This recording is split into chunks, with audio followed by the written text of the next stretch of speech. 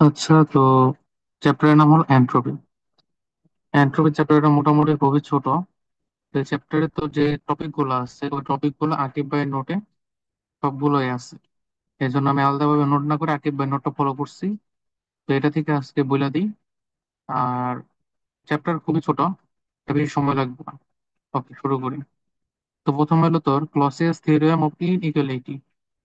তো এটার ভিতরে যেটা জিনিসটা আসলে কি, জিনিসটা হলো যে, তো নিচে যদি দেখি এটা, অর্থাৎ আমার এন্ট্রপি যেটা আছে, এন্ট্রপির সামেশন বা যোগফল বা ইন্টিগ্রেশন যেটা আছে, সেটার মান জিরো থেকে ছোট অথবা জিরোর সমান হবে। জিরো থেকে বড় কোনোদিন হইতে পারবে না। এটাই হলো তোর ক্লসেসের থিওরেম যেটা। আচ্ছা, তো এটা প্রমাণ করবো কিভাবে? এটা প্রমাণ করার জন্য প্রথমে একটা চিপ আছে। সেটা হলো তোর T1 যেটা তাপ উৎস, T2 যেটা এটা কি তাপ গ্রাহক। আর এইখানে ডাব্লিউ যেটা আছে কাজ, আর ডাব্লিউ প্রাইম এটাও কাজ। শুধু একটার মধ্যে রিভার্সিবল প্রসেস, আর দ্বারা রিভার্সিবল প্রসেস, আর আই দ্বারা ইরিভার্সিবল প্রসেস। একটা প্রত্যাগামী একটা অপ্রত্যাগামী। ওকে, তারপরে দেখি। এরপরে হলো গিয়া যে, তো রিভার্সিবল প্রসেসের ক্ষেত্রে আগে আসি। তো কন্ট্রোল ইন্টিগ্রেশন, এই সাইনটার নাম হলো কন্ট্রোল ইন্টিগ্রেশন dq/t। এটা লেখা যায় হলো এরকম। আচ্ছা, পরে তোর এটা 1/t আকারে আছে, সরি, টিটা এখানে কনস্ট্যান্ট। তো ডিকিউ এর যদি আমি ইন্টিগ্রেট করি যেটা শুধু কিউ হয়। তারপর তো এখানে Q1/T1 সমান Q2/T2, এটা আমরা জানি, বসাই দিলাম। আলটিমেটলি জিরো আসলো। ওকে, এই ছোটখাটো ক্যালকুলেট নিজেরাই পারবো। তো এটা বিস্তারিত পড়ার কিছু নেই। পরে ইরিভার্সিবল প্রসেসে যাই। ইরিভার্সিবল প্রসেসে এখানে যেটা খেয়াল করা যায় সেটা হলো যে এখানে প্রাইম দিছে একটা। অর্থাৎ এখানে তোর Q1 ঠিক আছে, কিন্তু Q2 এর মানটা একটু অন্যরকম বা চেঞ্জ হবে। তো চেঞ্জ হওয়ার কারণে এটা আমি আগের মতো মাইনাস করে জিরো আনতে পারি নাই। ঠিক আছে, শুধুমাত্র এতটুকু চেঞ্জ করছে। অর্থাৎ এখানে তোর Q1/T1 এর জায়গায় T2/T2 লিখছে সূত্র অনুযায়ী। বাকিটুকু মাইনাস করা যায় না, তো এইভাবে রেখে দিচ্ছে। এখন দেখ কত হলো যেটা, এখানে কিউ প্রাইমের যে মানটা আছে, সেটা Q2 প্রাইমের মান, এটা অবশ্যই Q2 থেকে বড় হবে। আর বড় যদি হয় তখন আলটিমেটলি আমার টোটাল এই মানটা মাইনাস সামথিং আসবে, মানে ঋণাত্মক আসবে। এর জন্য এটা বলা যায় কি জিরো থেকে ছোট। এখানে আলটিমেটলি তোর Q2 প্রাইমের মান Q2 থেকে বড় হলো কেন, এটা আমি জানি না। Q2 প্রাইম কিভাবে আসলো সেটাও আমার ওরকম ভাবে জানা নেই। তো এই জিনিসটা আমি নিজেও কনফিউজ। এটা জাস্ট মনে রাখছে এভাবে করছে। এটা গেল। এখানে একটা ম্যাথ দিছে, ম্যাথটা নিজের করে নিস, ইজি একটা ম্যাথ। আচ্ছা, এন্ট্রপি কি, এন্ট্রপির সংজ্ঞা এটা না জানলেও চলে। এন্ট্রপির সংজ্ঞা আমরা সবাই জানি। এটা বাদ, এইটা খেয়াল করা আছে যে তোর change of entropy is, sorry, change of entropy is independent of path. অর্থাৎ এন্ট্রপি যে পরিবর্তন সেটা কোনো পথের উপর নির্ভর করে না। বিষয়টা হলো এরকম যে, ধর তোর কাছে হলো 1 কেজি বরফ আছে। এখন বরফটা তুই রেখে দিলি, নর্মাল টেম্পারেচার রেখে দিলি। সেটা আস্তে আস্তে গলে গলে পানি হইলো, সময় একটু বেশি লাগলো। আবার ওই 1 কেজি বরফটা তুই হলো হিট করলি। হিট করার ফলে সেটা পানিতেই পরিণত হলো, কিন্তু দ্রুত এবং তাড়াতাড়ি। আচ্ছা, ঠিক আছে।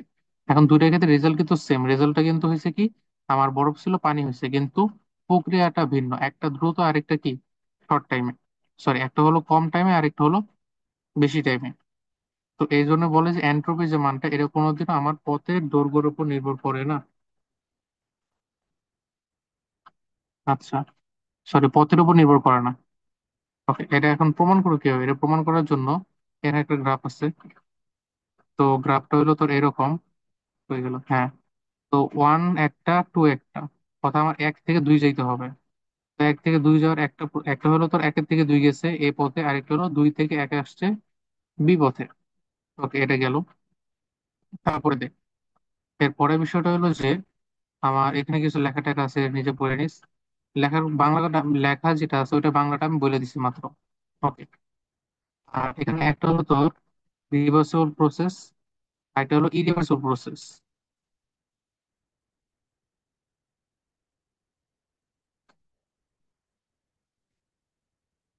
আচ্ছা, 1 মিনিট। রিভার্সিবল প্রসেস 1 থেকে 2।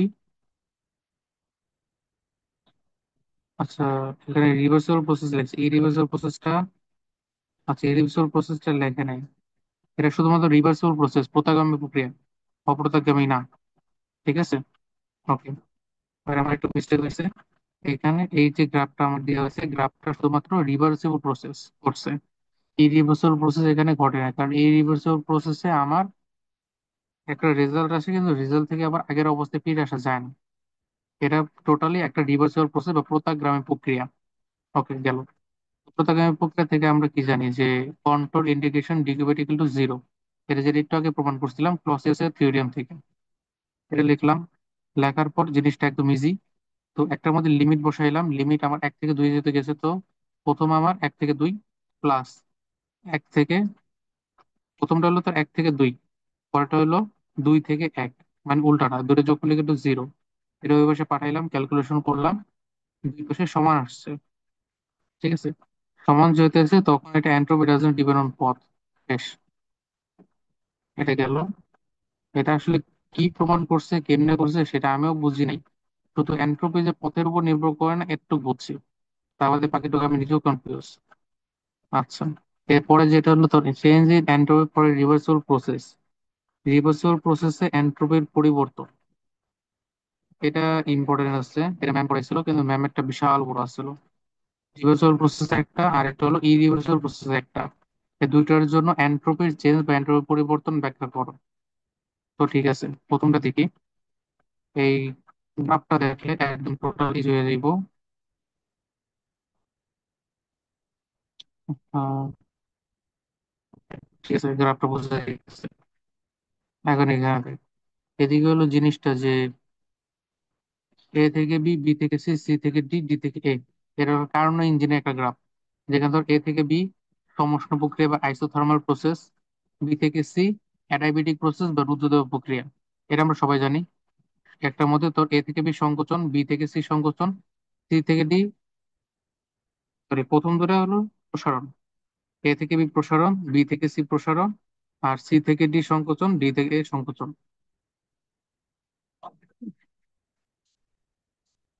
ওকে, তারপরে বলি প্রসেস এটা এ থেকে বি, বি থেকে সি, সি থেকে ডি, ডি থেকে এ কোনটা ওইটা লিখে দিচ্ছি এখানে। এন্ট্রপি পরিবর্তন শুধুমাত্র সমস্ত প্রক্রিয়ার ক্ষেত্রে Q1/T1 পাওয়া যায়, রোধক প্রক্রিয়া এন্ট্রপি পরিবর্তন শূন্য। এটা আমরা ইন্টারমিডিয়েট পড়ছিলাম। সেটা লিখে দিলাম, পরে সবগুলো যোগ করলাম, টোটাল চেঞ্জ ইন এন্ট্রপি যোগ করার পরে আমার এই যে এন্ট্রপি যেটা আছে অর্থাৎ সি থেকে ডি, এটার মাইনাস হবে কারণ এটা বিপরীত দিকে গেছে। আগেটা ছিল প্লাস, দুইটা মিলে জিরো হয়ে গেছে। আর জিরো আসা মানে এটা একটা রিভার্সিবল প্রসেস। শেষ। এই রিভার্সিবল প্রসেসটা একটু অন্যরকম। এটার ক্ষেত্রে যেটা ঘটছে আর কি, একটু বাংলা কথা বলতে হইব। যে আমি ধরলাম দুটো বডি আছে, একটা হট আর একটা কি কোল্ড, গরম আর একটা ঠান্ডা। তো temperature of hot body is T1 and cold body is T2। এখানে অবশ্যই আমার T1টা বেশি হবে, T2 কম হবে, কারণ T1 হলো গরম আর T2 কি ঠান্ডা, তো গরমের তাপমাত্রা সেটা অবশ্যই কি বেশি। ওকে, ফাইন, গেল। তারপর এখানে তোর loss in entropy of hot body Q1/T1, আর entropy of the cold body Q/T2। ঠিক আছে, এখন দুইটার ক্ষেত্রে কিউ সেম হবে, তার কারণ হলো যতটুকু তাপ আমার যে গরম পদার্থ আছে সেটা ত্যাগ করছে, সে ততটুকু তাপ আমার ঠান্ডা পদার্থ গ্রহণ করতে পারছে, এজন্য কিউর মানটা সেম। আচ্ছা, তারপর এখানে টোটাল চেঞ্জ বের করলাম, দুইটা বিয়োগ কইরা। এখন বিয়োগ করার পর বিয়োগ তো করছি ঠিকই, কিন্তু এখানে তো T1 T2 কাটা যাইতেছে না, তো এরকম আসছে একটা। তারপর এখানে ইজ এ পজিটিভ কোয়ান্টিটি, এর কারণ হলো T1 এর মান T2 থেকে বড়। এখন এখানে যদি T1 এর মান T2 থেকে বড় হয়, তাহলে আলটিমেটলি টোটাল যে মানটা সেটা একটা পজিটিভ মান আসবে, ধনাত্মক মান, জিরো থেকে বড়। মানে এখানে বলা যায় ইরিভার্সিবল প্রসেসে এন্ট্রপির মান বৃদ্ধি পায়, এতটুকুই। ওকে, তারপরে তারপর second law of thermodynamics, entropy, এটা বাংলা কথা নিজের উপরে নিস। বাহ, okay. তারপর এন্ট্রপি অফ পারফেক্ট গ্যাস, এইটা পরীক্ষাতে খুব আসে। তো এটা প্রথম কাজটা আমি বলে দিই। এটার জন্য 3 রকম কাজ হয়, এটা আমি বলে দিই। পারফেক্ট গ্যাস আমরা জানি কি বিবিএল টু এনআরটি।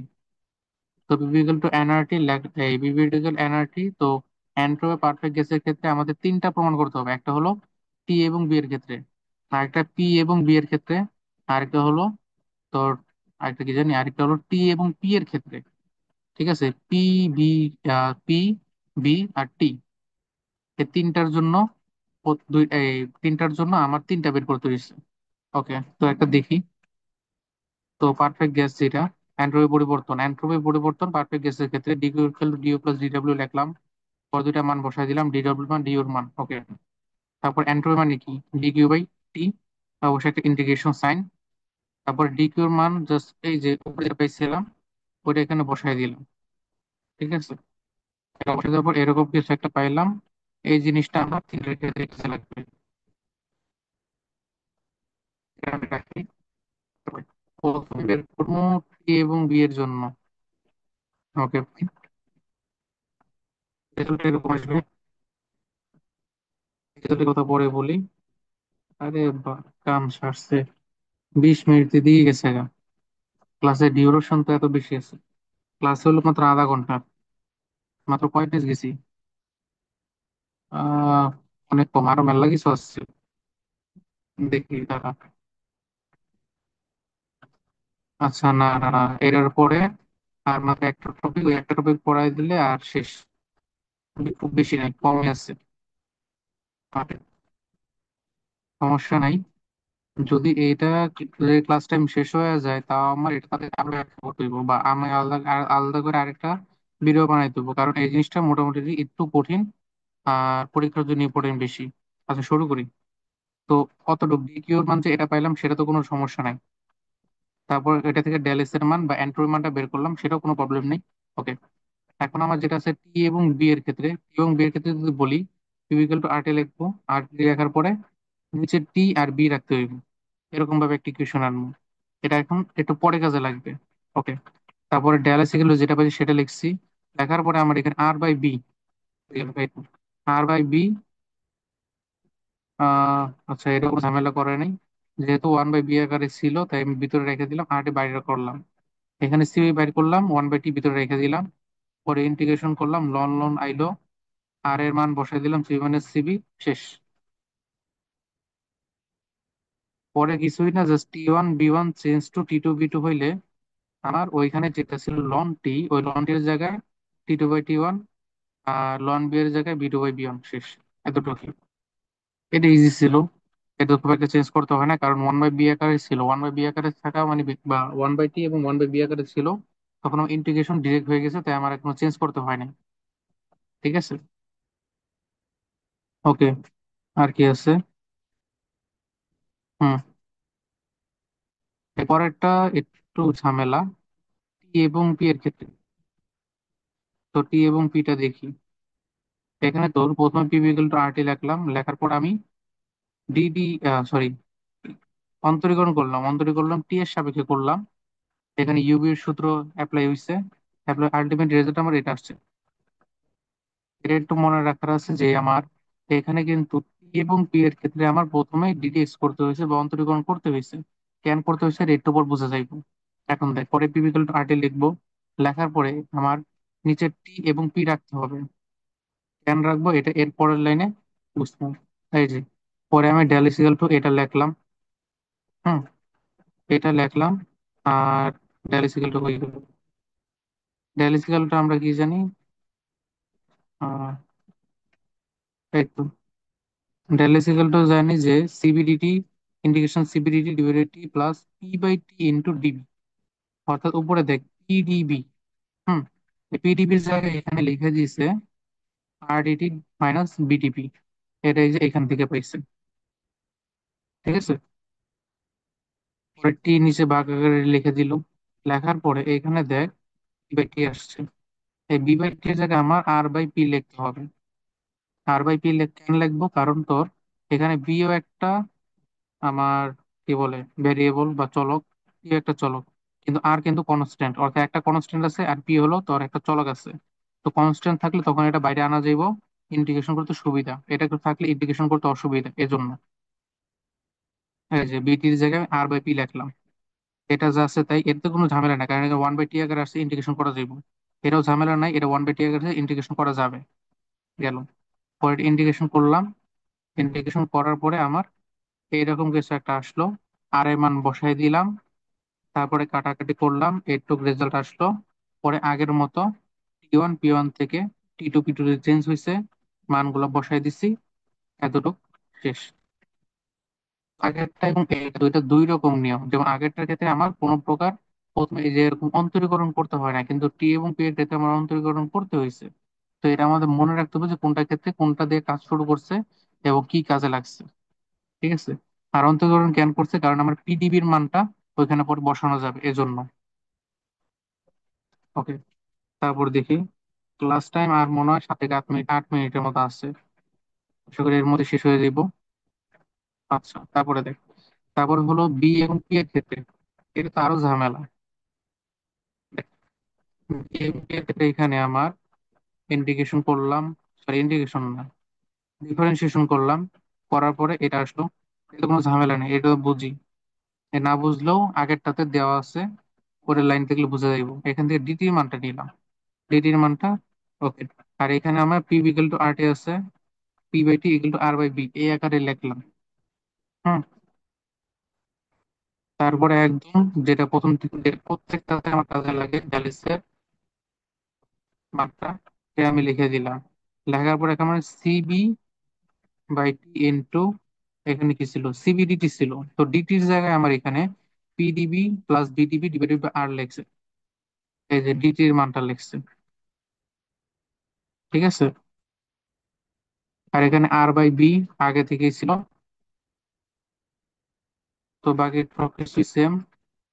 এইখানে একটু বোঝার আছে যে আমার টিটার এখানে গুণ আকারে দিয়ে দিচ্ছে, তো আরটি আসছে। পরে আরটি আমি দুইটা আলাদা আলাদা দিয়ে দিলাম। দেওয়ার পরে এখানে আমার পি আর এখানে কি টি, পি বাই টি। আর এখানে হইলো আমার বি বাই, না সরি, বি রে আলাদা ভাবে লিখছে। ওকে। পরে পি টি, পি বাই টি রে লেখা যায় আর বাই পি, আর এখানে বি রে লেখা যায় আর টি বাই পি।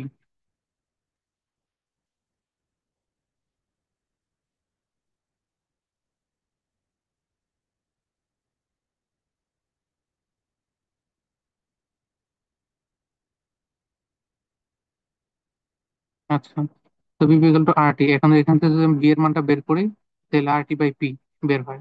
ওইটাই যে এখানে দিছে। এবার কাটাকাটি করলাম, করার পরে আমার এরকম একটা সুন্দর ইকুয়েশন এসে পড়ছে।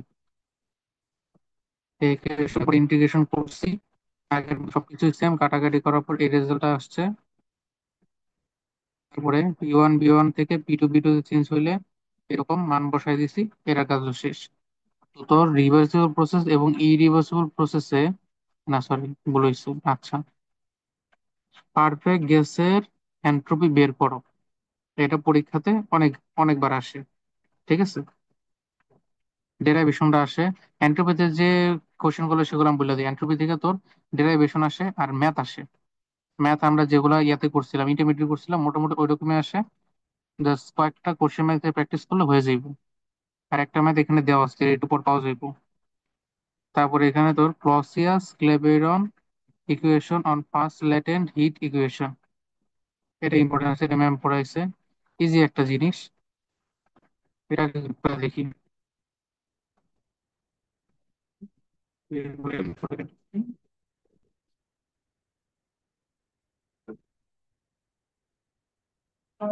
আচ্ছা, তো এটা পিবি একটা গ্রাফ। এখানে এ থেকে বি, বি থেকে সি, সি থেকে ডি, ডি থেকে এ। এ থেকে বি হলো আইসোথার্মাল কম্প্রেশন, কম্প্রেশন নাকি এক্সপেনশন, এক্সপেনশন। এ থেকে বি আইসোথার্মাল এক্সপেনশন, বি থেকে সি হলো তোর অ্যাডাইবেটিক এক্সপেনশন, সি থেকে ডি আইসোথার্মাল কম্প্রেশন, আর ডি থেকে এ অ্যাডাইবেটিক কম্প্রেশন।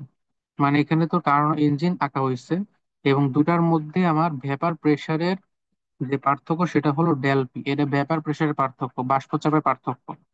আর এখানে তাপমাত্রা আছে, প্রথম তাপমাত্রা ছিল আমার টি, পরের তাপমাত্রা ছিল টি মাইনাস ডেল টি। ওকে। তো গ্রাফটা বোঝা গেছে, গ্রাফটা জিনিসটা, এই গ্রাফটা হলো তোর মেনলি আমার আগে ছিল তরল, তরল থেকে বাষ্পীভূত হওয়ার যে গ্রাফটা, মানে তরল থেকে বাষ্পে পরিণত হয়েছে, এটাই হলো তার গ্রাফ। এতটুকুই। এখানে বাংলা কথাটা আছে, এটা পড়ে নিলে নিজেরা বুঝবি। দুইটা ক্লোজ আইসোথার্মাল নেওয়া হয়েছে এখানে, যেটা হলো এবি এবং সিডি দ্বারা প্রকাশ করা হয়েছে। তাপমাত্রা নিচে টি এবং টি মাইনাস ডেল্টা টি, আর হাবিজাবি হাবিজাবি একটা কার্নো ইঞ্জিন এখানে আঁকা হয়েছে। এটা তো বললামই। মেইনলি ডেরাইভেশন এখানে কাজ যেটা সম্পূর্ণ কাজটা হলো তোর ডাব্লিউ ইকুয়াল টু পিডিবি আমরা জানি। তো এখানে পিডিবির জায়গায় আমার বিটারে V two by V one লাগছে আর পিটারে লিখছে ডেল পি। আচ্ছা, তারপর কার্নো ইঞ্জিন থেকে আমরা কি জানি? ইটা বা কর্মদক্ষতার মান হলো ডাব্লিউ বাই কিউ। আবার এটার আরেকটি সূত্র হলো T one by T two, T one minus T two divided by T one. তো এটারে আমি লিখলাম ডেল্টা টি বাই টি। হুম। পরে দুইটারে আমি সমান ধরলাম, সমান ধরে কাজ করলাম। তারপরে করার পরে আমার dP by T T equal to L by T into এটা V two minus V one এটা আসছে। এখন এখানে যেটা মনে করা আছে সেটা মানে এখানে যেটা জানার আছে সেটা হলো এখানে আমার কিউর মানটা এল দ্বারা প্রতিস্থাপন করা হয়েছে। কিউতে হলো হিট আর এল তে হলো লেটেন্ট হিট মানে সুপ্ত তাপ, যেটা আমরা ক্যালকুলেশন করি, বা এস এর মানটা যেটা আছে আপেক্ষিক তাপ, যেটা আপেক্ষিক তাপ বোঝানো হয়েছে। বা ল্যাটেন্ট তাপ বলতে মেনলি বোঝায় গোপন তাপ। ঠিক আছে। এখন এটা কোন ধরনের তাপ? এটা হলো তোর আমরা যেটা পড়ছিলাম ওই যে L F R L B মান পড়ছিলাম, বরফ গলনের সূত্র তাপ আর হলো বাষ্পীভবনের সূত্র তাপ। ওই তাপগুলোই হলো তোর এল এর মান। ঠিক আছে। তো এটা একটা ম্যাথ দিচ্ছে, ম্যাথটা ইজি আছে। তারপর দেখি entropy in terms of unavailable energy definition, একটা রিলেশন। এটা নিজেরাই পারবে, এটা আমি আর না বললাম, লাস্ট টাইম শেষের দিকে আছে। তো অ্যাভেলেবল এনার্জির ক্ষেত্রে Q one minus Q two. তারপরে হাবি জাবি এটা এটা আছে। আনঅ্যাভেলেবল এনার্জির ক্ষেত্রে এটা। তো সহজ বলে দিই, অ্যাভেলেবল এনার্জির ক্ষেত্রে আমার ইকুয়েশনটা আসছে এটা। আনঅ্যাভেলেবল এনার্জিতে আমার কিউ ওয়ান থেকে ওই এনার্জিটা বেরোচ্ছে সেটাকে মাইনাস করতে হবে। তো মাইনাস করলে শেষ পর্যন্ত T two into Q one by T one এটা আসে। তো এখানে আমার Q one by T one কে লেখা যায় কি এন্ট্রপি। তো পরীক্ষা প্রশ্ন এরকম আসতে পারে যে আনঅ্যাভেলেবল এনার্জির জন্য এন্ট্রপির, আনঅ্যাভেলেবল এনার্জির সাথে এন্ট্রপির সম্পর্ক লিখো। ঠিক আছে, তখন এরকম অ্যান্সার করতে হইব। আর তা বাদে বাকি এখানে একটা ম্যাথ দিছে, কোশ্চেন ব্যাংকে আসছে, একটা সহজ আছে, এই নিজেরাই করতে পারবে। গেল। তারপরে তারপরে একদম শেষে একটা শর্ট কোয়েশ্চেন। শর্ট কোয়েশ্চেনটা হলো যে এন্ট্রপি হলো বিশৃঙ্খলতার পরিমাণ, সেটা প্রমাণ করো বা সেটার সম্পর্কে কিছু লেখো। ওর এখানে বলে দিছে, নিজেরা পড়ে নিস। ক্লাস এখানে শেষ।